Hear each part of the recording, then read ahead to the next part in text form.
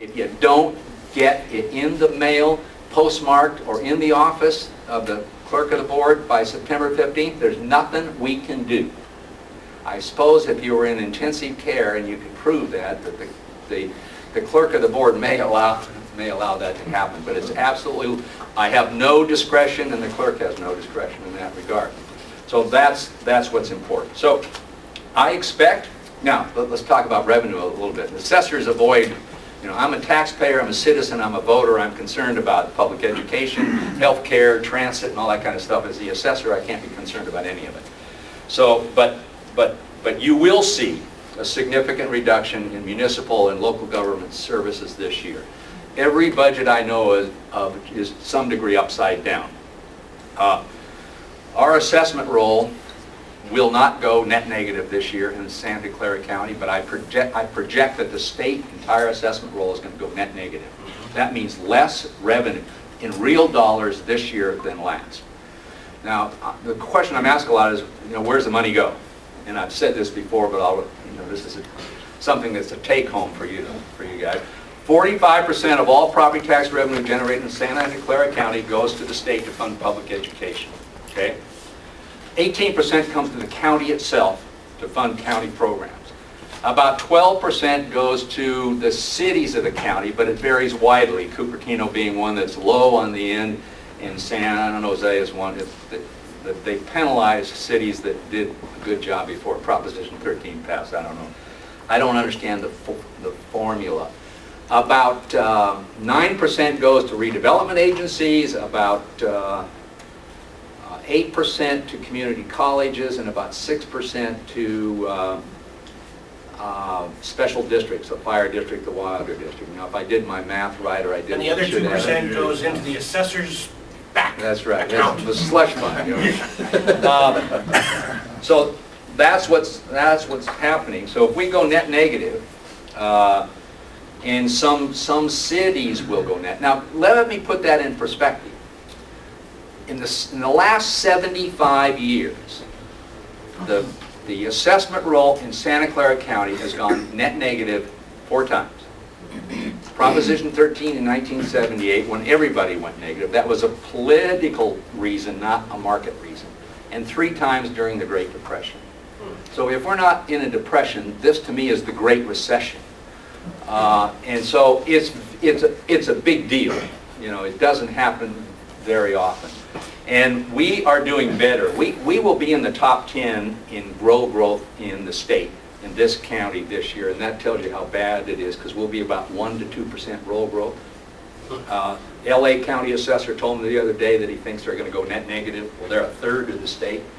Okay, and the bloodbath, Sacramento, Stockton, Fresno, Modesto, Bakersfield, San Bernardino County's upside down because of all the growth.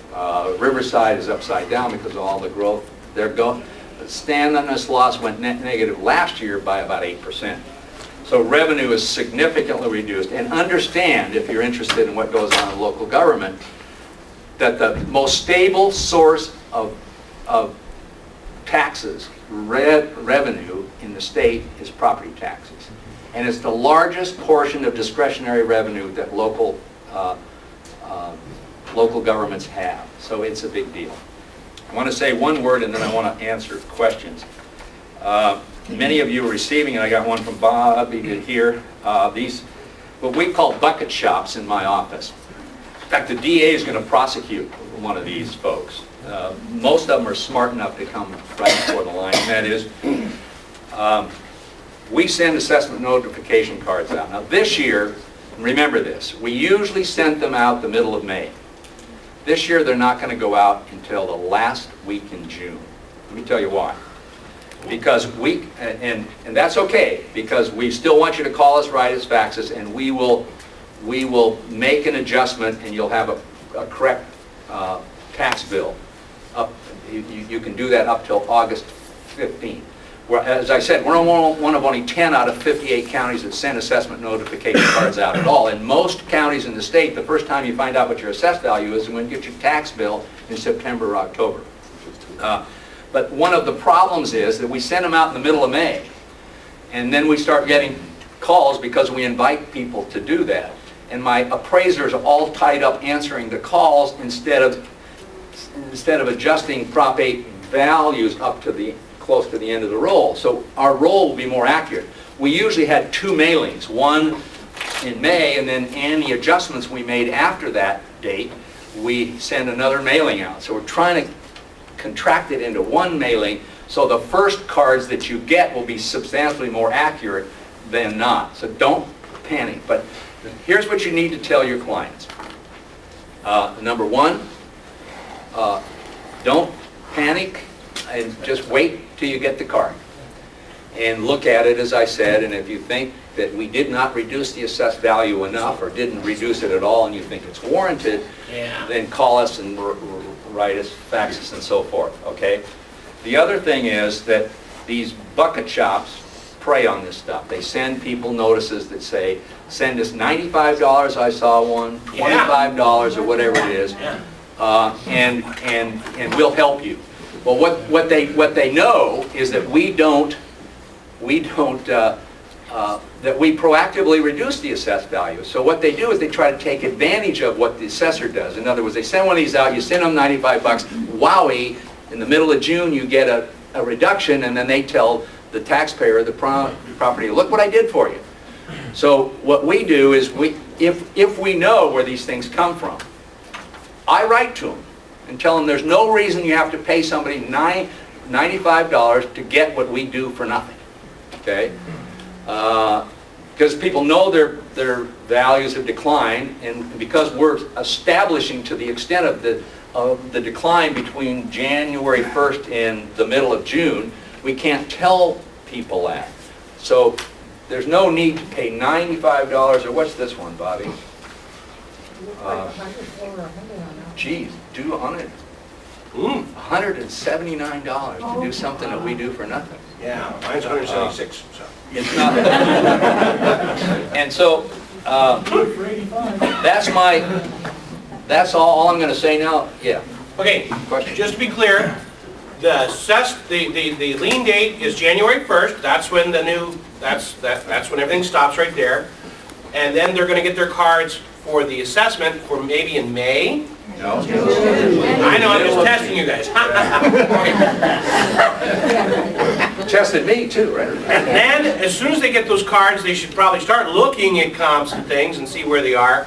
And the dates to send in the request would be July 2nd through September 15th. No, that's the date for the appeal. First, try to do it without filing an appeal.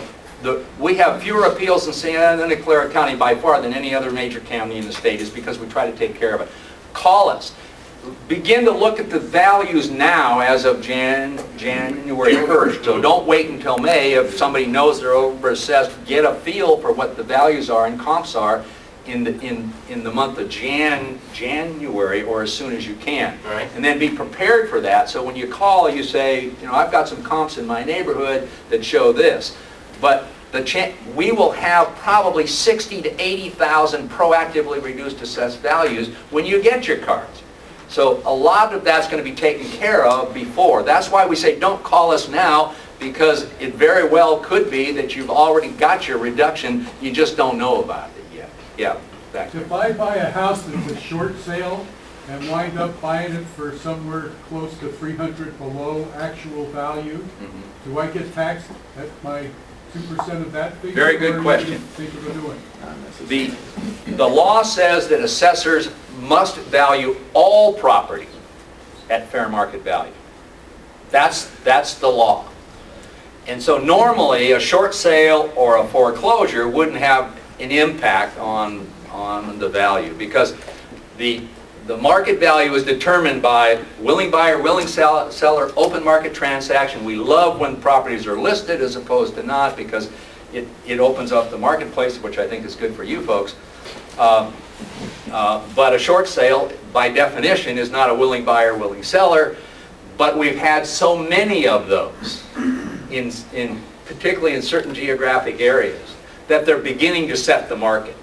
In other words, it's not like an isolated transaction where it used to be somebody over-leveraged their house, they lost their job, there was a foreclosure in Palo Alto, and you'd say, well, that doesn't have anything to do with the market. But now, and particularly in certain geographic